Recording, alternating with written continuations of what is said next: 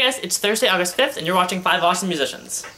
As I think you know, this week is auditions for The Wedding Singer, for which I'm music director. And we have callbacks starting tonight. I'm going to get back to auditions in a little bit. First, I want to show you my new instrument. It's not mine, it's the school's. But I'm using it for a project, and it's called the Autoharp. Here it is. Let me show you.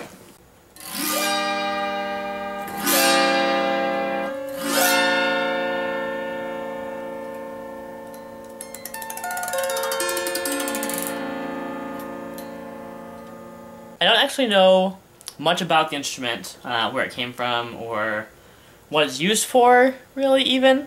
I'm using it for a project for my elementary education class, and this weekend my job is to tune it. So it works basically like a piano.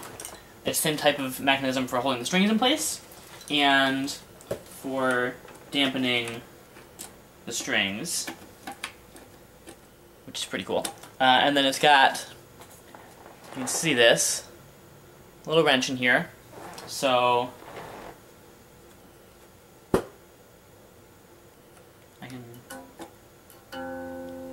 you can play that.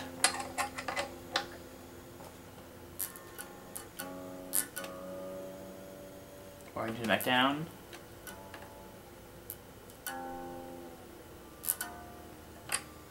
Anyway, so that's my job for the weekend, which is pretty cool. You can see, I'll bring you down here.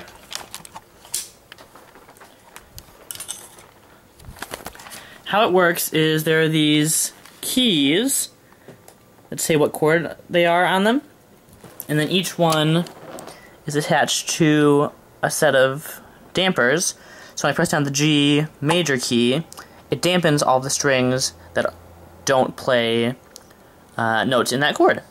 But as I mentioned before, what I want to talk about today is auditions, because I've just played 2 days worth of auditions, and I have some tips that I know I've said elsewhere, I think on my website, and I'm sure there are plenty of places online you can find them, but if you're watching this, you haven't seen them yet. Here, at least. To start off with, buy this book, The Enraged Accompanist's Guide to the Perfect Audition. It will tell you all about how to talk to your accompanist, how to arrange your book, your binder of music, how to print out music to put in your book, how to tape it together. It's great. It's written by an actual professional in New York. It'll help you. From my end, both yesterday playing for auditions and acting as music director, there are a few that I want to share with you. First of all, if you're bringing in one of these books, or it's bound, make sure whatever song you have, you crack the spine so that they'll stay open. I had a couple people with books that I had to hold the page open while I was playing, and it was hard to play with the other hand. Common sense.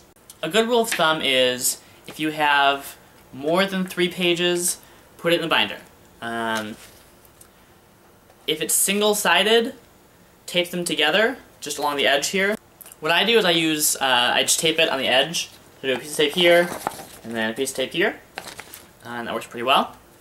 If you can, bring in actual music, and not like sheets from fake books, because if I don't know the song, it's not going to sound great. Make sure the music you bring in are originals. That is to say, not stolen from the internet, because we can tell. A, because they look like copied copies of copies, and 2, it's illegal. C, 3, whichever system I'm using, they get really pixelated, and it's really hard to read. I had music yesterday that I couldn't even read the chords, and that was all I had to work with, so it made it hard. There we go. If you do have 3 sheets or less, let me find the paper. Here we go. Here's some papers. You want to tape them together like this. Here, I'll pull 2 of them. So they lie flat on the piano, so that I can read them. Some songs you want to stay away from, anything that was made famous by a particular performer. So anything, that is a Judy Garland song, stay away from it. Anything that is a Barbra Streisand song, stay away from it. Make sure you have your audition cut ready. I had, I think, like 4 people who I was cutting music for at auditions. And not only does that make you look unprepared, but it wastes the staff's time, because then they're waiting on me to figure out how much you're actually singing. Also make sure that you have actually sung through the music that you have, preferably with an accompanist, because if you are, say, familiar with the Glee version, but you bring me in the version from the show that the piece is from, they may not be the same.